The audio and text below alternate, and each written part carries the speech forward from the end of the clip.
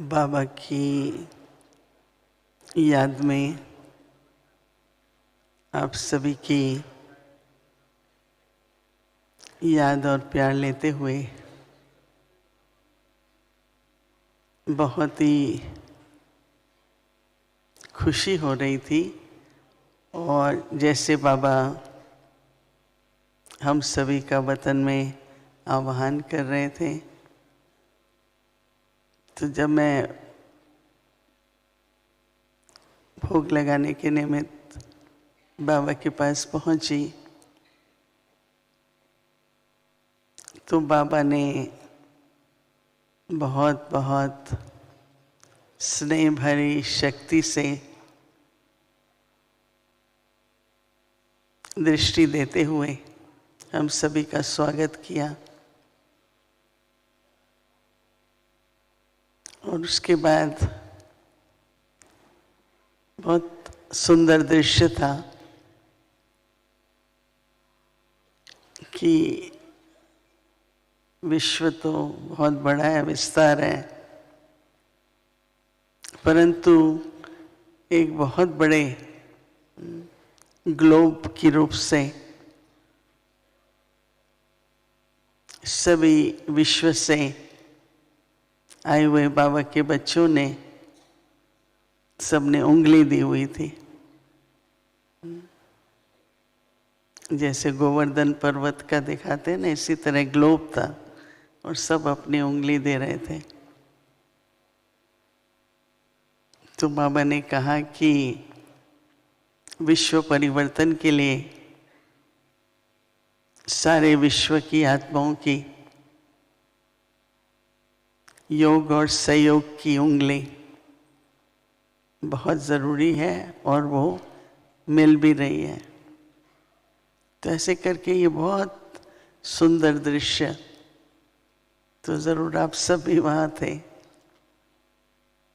उसके बाद मैंने कहा बाबा शांतिवन से आज मैं भोग लेके आई हूँ परिवार की तरफ से। बाबा ने बहुत प्रेम से भोग स्वीकार किया। फिर बाबा ने कहा कि बाबा से सर्व गुण, सर्व शक्तियाँ और सर्व संबंध, सबके अनुभव और सबकी प्राप्ति वह आत्मा को संपन्न बनाएगी। तो बाबा के सर्व गुणों का न केवल स्मृति से पर प्रैक्टिकल में भी अनुभव करते हो। बाबा पूछ रहे हैं कि सभी बाबा के गुण जितना जितना एक एक गुण स्मृति में आएगा उसका प्रैक्टिकल में अनुभव होगा। एक गुण जैसे सर्वशक्तिवान है बाबा, तो मास्टर सर्वशक्तिवान, तो वो हम तब बनेंगे जब बाबा से उन गुणों का अनुभव करेंगे, शक्तियों का अनुभव करेंगे और सर्व संबंधों का अनुभव करेंगे। तो बाबा ने कहा वर्तमान समय पर संपूर्ण कहो, बाप समान कहो, बनने के लिए विशेष इस बात पर अटेंशन देना है और चेक करो कि क्या मुझे सब गुणों का अनुभव हो रहा है, सर्व शक्तियाँ प्राप्त हो रही हैं और सर्व संबंध। उसके बाद बाबा ने कहा जैसे अव्यक्त बाप दादा जाने से पहले नहीं ऐसे हाथ करते थे, तो जैसे एक एक के सामने बाबा का हाथ, एक एक के लिए बाबा का हाथ था। बाबा ने कहा कि देखो आप एक कदम आगे बढ़ते हैं और बाबा बहुत कदम आगे आते हैं, जितनी ज़रूरत होती है उतना आगे आते हैं। तो बाबा ने कहा आपका कदम निश्चय, स्नेह, हर कदम निश्चय, स्नेह और हिम्मत। इन तीनों बातों से भरपूर होता है, और जब भरपूर होता है तो बाबा भी उतना ही रिटर्न देते हैं यहाँ पर ही। स्वोन्नति पर बच्चों का बहुत अटेंशन है, उसकी बाबा मुबारक दे रहे हैं। तो मैंने कहा बाबा 500 के करीब तो मुख्य भाई बहन आए हैं, उसके अलावा भी और 500 हैं। तो बाबा ने कहा देखो सभी इतनी दूर दूर से आते हैं, लगन से आते हैं, तो हर एक को लक्ष्य रखो कि यहाँ पर अपना कोई भी संकल्प एक भी क्षण व्यर्थ नहीं जाए, सफल करो। और बाबा ने कहा जमा करो, तो जितना जमा करेंगे इतना जमा करके जाओ यहाँ से, क्योंकि बाबा ने कहा वहाँ तो सेवा में व्यस्त रहते हैं और भी तरह का कारोबार होता है, यहाँ तो आप फ्री हैं।